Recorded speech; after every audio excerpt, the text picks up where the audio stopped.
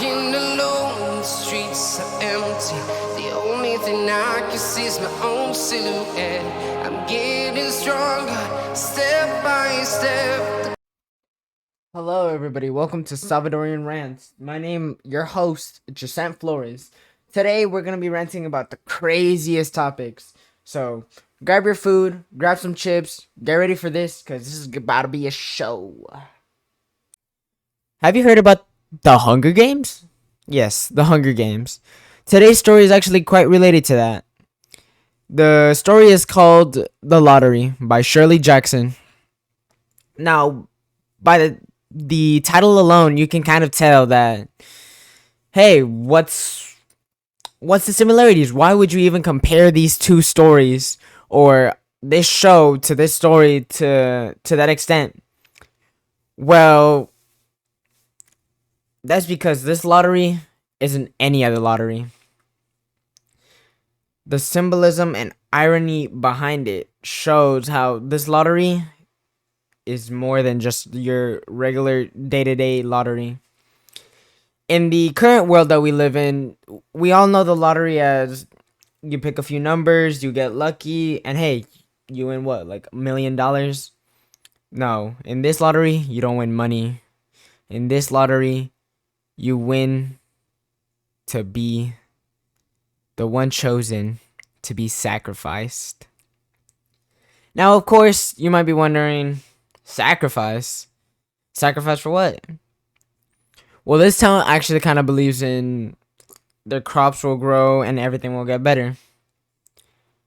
Now you're wondering, well, what's so special about this lottery? Why even write about it? What's so specific about this lottery that you want to be talking about it? Well, see, this lottery is actually more than just a lottery. Besides it being a sacrifice, it's actually rigged. You have people like Old Man Warner, who's been doing this lottery for 77 years. In a tiny village, by the way, where they only have about, say or so, 100 people. You would expect that at least once in his life, he would at least get picked. But he didn't.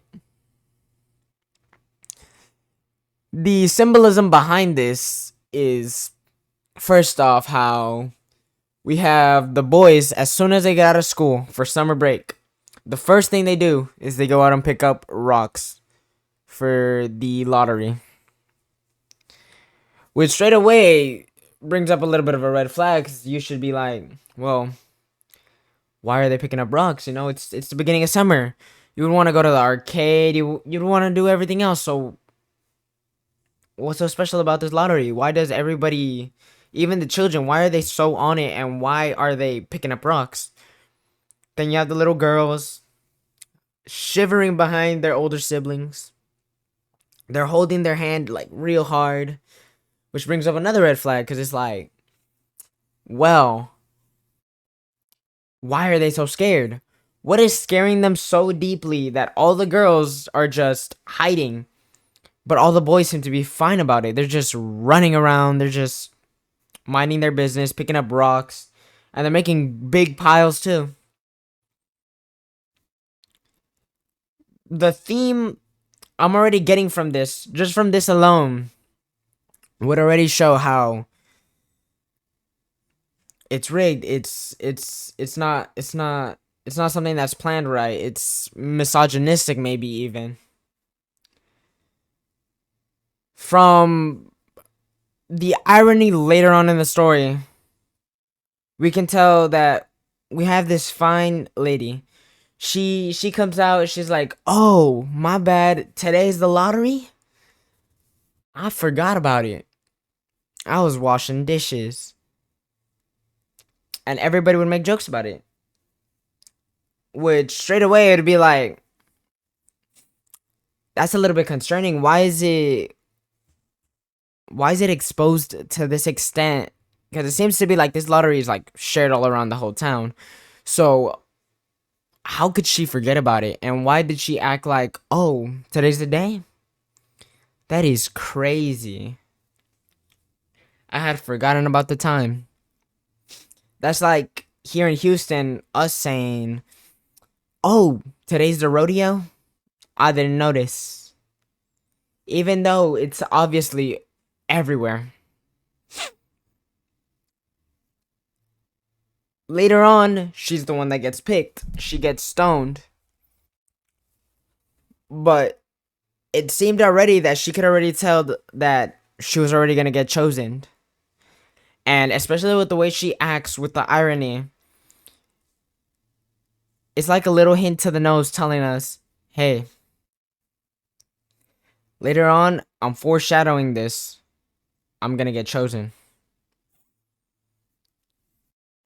That's the way I came with my thesis and my introduction. I used the symbolism, the irony, I tried mushing it all together into one so I can write my review on such a great short story. I hope that this story alone can reach you and maybe even make you read it, since it had me interested way beyond belief. Well, folks, this is the end of the night. I hope that you enjoyed our podcast, and I hope you come back to listen again. Maybe, who knows, maybe Salvadorian Ranch might have the thing just for you.